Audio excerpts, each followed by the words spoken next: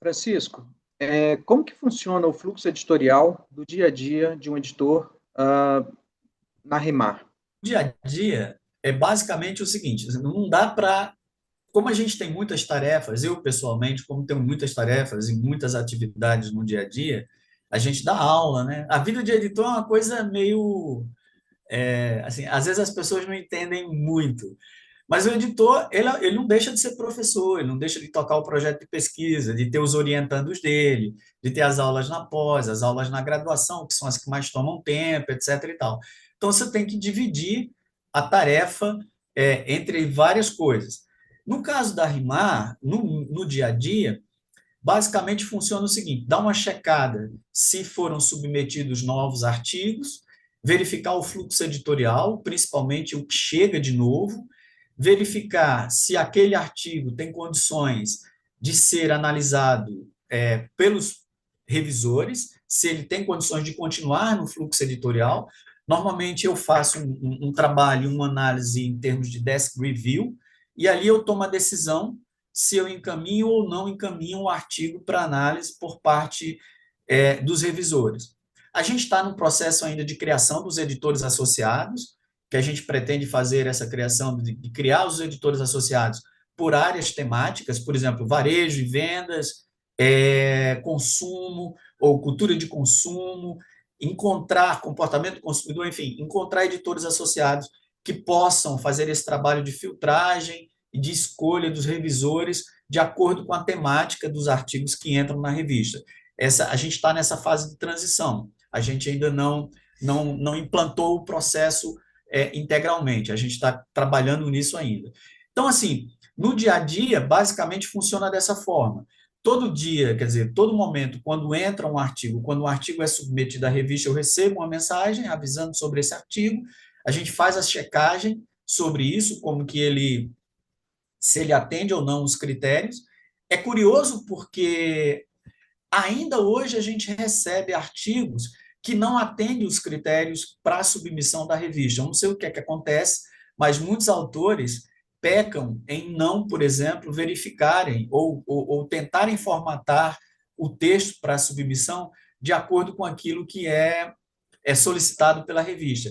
E esse processo tem sido muito mais trabalhoso atualmente, porque a RIMAR ela era B4 na avaliação da CAPES anterior, e agora ela passou para B1. Então, como ela mudou de patamar, ela mudou de status, este ano a gente está em setembro. A gente recebeu já mais do que o dobro de submissões do que a gente tinha recebido até o ano passado. Então, o fluxo editorial, atualmente, ele tem demandado bastante. E o que é que acontece? A gente estava trabalhando num determinado ritmo em que eu procurava, basicamente, que todos os autores tivessem uma resposta em até 90 dias. Esse ritmo agora ele está passando por um pouco mais de 90 dias, porque também existe um processo que é curioso, né, na academia. As pessoas querem publicar, mas não querem revisar, né? Tem muita gente que se cadastra na revista como leitor, como autor, mas não se cadastra como revisor. E isso aumenta o trabalho de um editor no dia a dia, que é tentar encontrar um revisor que dê um match com o tema daquele artigo que foi submetido.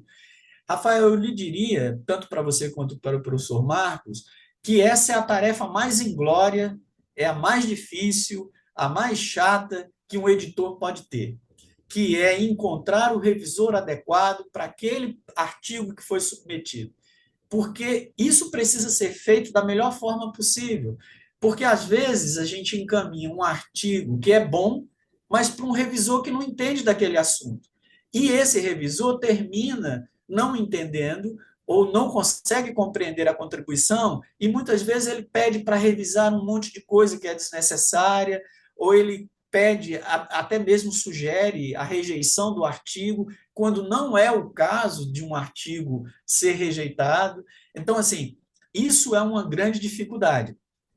Uma outra coisa que eu observo também em termos de fluxo editorial é que a gente pode implementar que a sugestão de indicação de revisores para os artigos. Algumas revistas sugerem, quer dizer, solicitam que os autores, ao submeterem os artigos, sugiram revisores. A gente ainda não decidiu sobre isso, mas é uma coisa que a gente também está pensando, que está sendo considerado para ser aplicado na revista. Mas, assim, o ideal, e o que eu tenho tentado fazer, é tirar pelo menos uns 2 dias da semana para tratar do fluxo editorial. Porque existe um outro problema, que é o cumprimento de prazos. Às vezes os autores ficam bravos com os editores, né? O editor é aquele sujeito que ele como diria o professor Thomas Wood Jr., que foi editor da revista de administração de empresas da Fundação Getúlio Vargas, da EASP, lá em São Paulo. Ele diz assim: o editor é aquela pessoa que ou é muito amada ou principalmente é odiada, né? Que ele arranja muitos inimigos, que são os autores dos artigos que são rejeitados na revista que ele edita.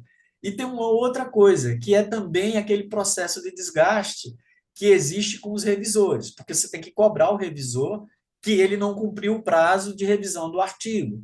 E aí, às vezes, as pessoas simplesmente ficam mudas, elas não respondem. E aí a gente tem que encontrar um revisor que substitua aquele revisor que foi convidado inicialmente. E nem sempre isso acontece na velocidade que seria a desejada. Então, os autores ficam a ver navios, muitas vezes. Eles ficam esperando, esperando, esperando a resposta da revista e acham que o problema é do editor. Coitado dos editores. O problema não é do editor, o problema muitas vezes é do revisor que não cumpre o prazo ou simplesmente abandona. Ou faz aquela revisão que é inócua, que é uma revisão rápida, que não interessa para os padrões da revista. Quando a gente quer elevar a qualidade do processo, do fluxo editorial, o ideal é que um parecer seja consubstanciado, que ele ofereça contribuições, etc. e tal. E tem uma outra coisa que me parece assim também. A gente teve um aumento no número de programas de pós-graduação em administração no Brasil. Isso traz uma pressão indireta para as pessoas também submeterem mais papers. A maior parte dos professores que eu, particularmente, eu conheço, quando eles ministram disciplinas na pós-graduação, eles pedem para os alunos deles produzirem papers como formas de avaliação da disciplina. Isso gera uma sobrecarga no sistema, porque vem muito artigo que ainda não está maduro, muita submissão, e isso lota o fluxo editorial, não só da RIMAR, mas de vários periódicos. E aí a gente tem dificuldade também de encontrar pareceristas mais qualificados ou pareceristas dispostos a emitirem pareceres sobre esses artigos que são submetidos. Porque o próprio sistema, de alguma maneira, quando eu falo sistema, eu falo sistema editorial geral no Brasil, me parece, pelo que eu converso com outros editores, ele vive como se fosse uma situação de sobrecarga. Então, assim, tem revista que pede para alunos de doutorado dar parecer. A gente está chegando nesse ponto, como acontece, por exemplo, nos eventos da ANPAD, em que a gente também, até como uma forma de treinamento, de inserção dos pesquisadores na comunidade, fazer ou pedir, solicitar, convidá-los a emitirem pareceres sobre trabalhos. Mas, assim, o paper que é submetido ao evento é uma coisa, um artigo que é submetido a uma revista é outra coisa. Muitas vezes a gente faz isso também, mas é como uma alternativa a, digamos assim, a resolver esse problema, porque de fato é uma situação crítica. Eu diria que a gente vive uma espécie de gargalo hoje em termos editoriais nos periódicos brasileiros. Pelo menos eu vejo isso na RIMAR. Eu não estou autorizado a dar o nome dos outros periódicos, mas eu converso com alguns outros editores que confessam isso também, que há uma dificuldade grande no que diz respeito a alocar revisores para os artigos e, ao mesmo tempo, fazer com que isso cumpra o prazo, que é o prazo esperado, né? Porque o fluxo bom é aquele que acontece rápido. E tem uma outra coisa que eu acho que a gente também não está educado ainda na nossa academia, que aí envolve tanto o relacionamento com os autores como com os revisores, né, de um modo geral, que é o desk reject. Os nossos autores, eles não estão educados, digamos assim, não faz parte da nossa cultura. Eu acho que é uma coisa que está sendo desenvolvida, é o autor que submete o artigo dentro de um prazo curto, de 10, 15 dias, receber um parecer que o artigo dele foi arquivado, que ele não vai continuar no processo editorial. Então, isso gera um desgaste também e faz parte do nosso trabalho no dia a dia, que é uma coisa assim que eu acho que a gente ainda precisa desenvolver essa cultura e que muitas vezes é algo que não é compreendido. No caso da RIMAR, isso tem acontecido mais por conta de não atender os critérios e parâmetros de submissão na revista do que propriamente não serem questões relevantes ou o artigo não apresentar uma questão de pesquisa, um gap, alguma coisa que seja relevante que possa ser contemplado em termos de publicação dentro da nossa área. Mas, enfim, esse é basicamente o dia a dia. Tem um bônus e tem um ônus, né? Tem gente que colabora muito, tem gente que não, mas é um trabalho um tanto quanto desgastante, que eu acho que também não é reconhecido adequadamente pela academia. Eu não acho que a nossa academia reconheça ou valorize adequadamente o trabalho dos editores, porque parece ser muito glamouroso, mas olha, não é fácil, é uma coisa muito desgastante. Nessa Com linha certeza. do relacionamento e na verdade, do fluxo editorial, vou tocar um pouco no ponto sobre o relacionamento com os autores, se eu pudesse explorar um pouco mais sobre essa questão. Ok. O relacionamento com os autores ele é bem saudável, até o ponto, assim, todo relacionamento de um editor com o autor ele é bom até o momento que o editor dá sequência no fluxo editorial e, digamos assim, chega em algum momento em que o artigo do autor é aceito para publicação. Aí isso é sempre bom, sempre existe uma harmonia, mas alguns autores, bom, na Rimar a gente tem um hábito de dar espaço para as pessoas contestarem, mesmo os pareceres que são negativos, ou revisões que são solicitadas, ou pedidos de adequações ou de modificações que são feitos para determinados artigos, os autores podem se posicionar a favor ou contra, desde que eles justifiquem numa carta para o editor o que é que eles concordam, o que é que eles não concordam, o que parece que faz sentido, o que não, o que é que eles vão atender, o que é que eles não vão atender. Nesse sentido, o relacionamento com os autores é muito bom. Eu diria que existe alguma tensão quando acontece o desk reject, porque nem sempre os autores recebem com bons olhos. Mas tem uma coisa que também é muito particular da RIMAR. Muitos autores que submetem artigos para a RIMAR são autores ainda jovens, são pessoas que estão fazendo mestrado, que estão fazendo doutorado, ou são pesquisadores em início de carreira. A gente tem muito esse perfil. A revista da a RIMAR é uma revista que publica, né? Historicamente, ela publica muito artigo de pesquisadores que ainda são jovens ou estão numa trajetória inicial de suas carreiras. Esses autores eles são mais receptivos, eles são mais acolhedores também aos conselhos, às sugestões editoriais que vêm da revista, ou que a revista envia para eles. Então, nesse sentido, assim, o relacionamento com os autores ele é bem saudável. Existem algumas pessoas que às vezes são mesmo desavisadas, né? Enfim, mandam alguns artigos que eles estão muito descolados da realidade e que, claro, termina gerando assim, mas são aspectos assim muito pontuais. Eu diria que o nosso relacionamento com os autores ele é muito mais salutar do que conflituoso e é muito mais produtivo do que improdutivo. Tem sido essa a experiência. Eles são bem acolhedores de um modo geral, por conta, sobretudo, desse perfil.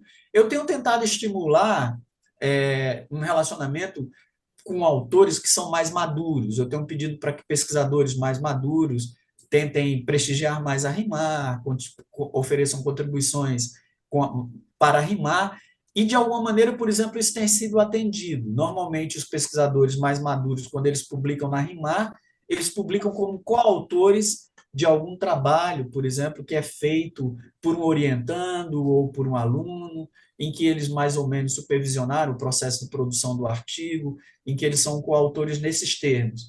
Então, assim, de um modo geral, o relacionamento é bom e ele tem um probleminha ou outro, não diria problema, mas uma situação um pouco de tensão nesse processo quando os artigos são recusados, que tem gente que não aceita muito bem, mas, enfim, de um modo geral, isso tem sido tranquilo. Eu diria que o relacionamento com os revisores é mais tenso do que com os autores, por conta dos Sim, prazos. sim. Eu acredito que você já comentou, né, sobre os revisores. Uma coisa que chama atenção também na RIMAR, Francisco, é referente a por que não internacionalizá-la. Existe algum motivo, alguma questão por trás? Porque isso é uma decisão de vocês, né, na RIMAR. Uhum. Queria que você comentasse um pouco. A gente tem focado no mercado editorial de língua portuguesa. Existe um processo, digamos assim, amplo, quase que senso comum, de que os periódicos têm que passar por um processo de internacionalização. Esse não é exatamente a nossa compreensão, ou pelo menos a minha compreensão como editor-chefe, e que é compartilhada, muito provavelmente, pela maioria dos membros do conselho editorial. Por quê? A gente tem uma audiência boa no Brasil, muito boa. A nossa audiência é crescente, a gente percebe isso pelos indicadores, pelos números do Google Analytics. A gente tem uma audiência boa em Moçambique, em Angola. A gente tem tido uma audiência que é crescente na América Latina, porque essa leitura do português para o espanhol, as pessoas conseguem entender, o sujeito, enfim, pesquisador, estudante, docente, de língua espanhola, ele consegue entender o português com mais facilidade. Em linhas gerais, é isso que a gente percebe. Mas a decisão fundamental é porque a RIMAR, quando ela foi criada pensando nesse processo todo que eu já descrevi antes, mas, assim, a opção por português é também para criar uma identidade da revista.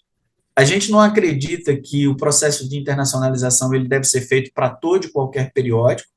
Eu acho que o fato da gente publicar em língua portuguesa e escolher continuando publicando, continuar a publicar em língua portuguesa, mas ao mesmo tempo publicar autores internacionais que publicam na RIMAR, ou publicar autores brasileiros em língua inglesa, mas não passar por um processo de internacionalização, de colocar todos os artigos da revista em língua inglesa, isso tem a ver não só com uma decisão nossa, que a gente acredita que isso vai gerar uma identidade para a revista, e ao mesmo tempo, vai gerar, não, isso produz uma identidade para a revista, ao mesmo tempo abriga essa comunidade, que é uma comunidade emergente, iniciante, que está se introduzindo no mercado editorial e que são novos pesquisadores e novos autores, ao mesmo tempo que a gente não precisa passar por todo esse processo, que é um processo complexo de internacionalização, que também envolve recursos.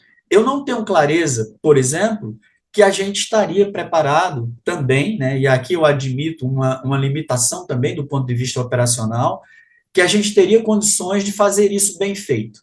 Eu acredito assim, tentar se internacionalizar para não manter um padrão e não ter condições de competir com periódicos internacionais em alto nível, eu acho que não é uma opção adequada.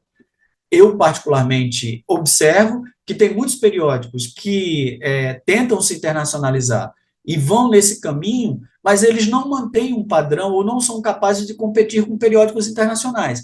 Se a gente for observar o número de periódicos que existe no mundo que publica artigos em língua inglesa, totalmente em língua inglesa, e aceita contribuições de autores do mundo inteiro, a RIMAR publica qualquer um, de qualquer lugar do mundo.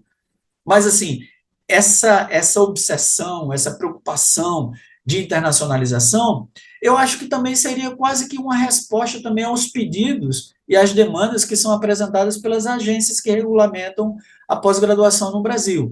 Eu não sei se a gente não estaria mais respondendo uma demanda que é institucional, do ambiente de avaliação de programas de pós-graduação no Brasil, do que necessariamente uma necessidade da revista. Eu acho que a gente pode ter essa identidade, ocupar um espaço. Eu não diria que a revista é uma revista de nicho, mas ela é uma revista, digamos assim, segmentada. E que isso é bacana, que isso é, digamos assim, é suficiente. A revista tem uma identidade, ela tem nitidamente, tanto identidade visual quanto identidade editorial, e tem uma identidade em termos de artigos que são publicados nela. E eu acredito que isso é harmônico, tem uma certa convergência e que não necessariamente a gente precisaria assumir esse processo de indexação, de internacionalização. Porque, por exemplo, os parâmetros que são solicitados também hoje pelo Web of Science, pelo Scopus, por outros indexadores internacionais, eu não sei se necessariamente eles não alterariam a proposta editorial que a gente tem. Eu não sei se necessariamente eles não terminariam produzindo algo que seria indesejado para a gente, dentro da perspectiva de trabalho que a gente tem. Então, assim, a RIMAR ela pode fazer um trabalho, ela pode continuar a ser um periódico importante e relevante, sem necessariamente ser um periódico que se internacionalizou. Ela pode ser um periódico relevante para a comunidade acadêmica de marketing no Brasil, sendo um periódico brasileiro. Então, essa é uma escolha, essa é uma opção, e que depende da nossa comunidade. Eu acho que até hoje ela tem validado isso, ela tem autenticado isso, quer dizer, ela tem confirmado essa escolha, ela tem confirmado essa opção editorial. Então, assim, em linhas gerais, para a RIMAR ser relevante, ela não precisa necessariamente ser um periódico que tenha se internacionalizado ou que tenha buscado indexadores internacionais. A RIMAR tem um Latin Index, ela está no EBSCO, ou EBSCO, não sei, cada um pronuncia de um jeito, ela está no Google, ela tem sido citada por gente fora do Brasil, ela tem publicado pesquisadores de fora do Brasil, e a gente vive, se você quiser, a gente talvez possa até dizer que a RIMAR é um periódico pós-moderno, tipo híbrido. Ela é brasileira, mas é internacional. Mas ela não é internacional deixando de ser brasileira. Porque se você for buscar, a gente tem pesquisadores de ponta no mundo inteiro que já publicaram na RIMAR e que continuam publicando. E a gente tem publicações de autores brasileiros em língua inglesa, que são lidos fora do Brasil. A RIMAR, por exemplo, hoje, ela é lida na Inglaterra, ela é lida na Suécia, ela é lida nos Estados Unidos. Quando a gente puxa as inserções, a gente já fez fórum, por exemplo, o professor Vitor Nogami, aqui da UEM, ainda quando estava como estudante de doutorado na USP, ele organizou um fórum internacional sobre baixa renda, que a maior parte dos autores eram gente da Índia, gente dos Estados Unidos, gente da Europa, e que publicou, e que a gente construiu um fórum sobre isso. Enfim, então a gente tem esses espaços. Essa é uma opção, entende, Rafael? Assim, e Marcos, essa é uma opção, e demais, enfim, pessoas que tiverem a oportunidade de ver esse seminário. A nossa opção é por continuar um periódico brasileiro, mas com essa interação com a comunidade internacional. A RIMAR é brasileira, essencialmente brasileira, ela não vai passar por um processo de internacionalização e de indexação internacional, mas ela é um periódico que interage e que publica artigos da comunidade internacional. E tem alguns indexadores que são internacionais, mas que não são esses grandes indexadores que definem as regras do jogo do mercado editorial, tipo Scopus, Web of Science, esse tipo de coisa. Francisco, a gente entra agora num bloco que é sobre o editor e a sua visão sobre a pesquisa de marketing, e o questionamento é o que é relevante na pesquisa de marketing, na sua visão?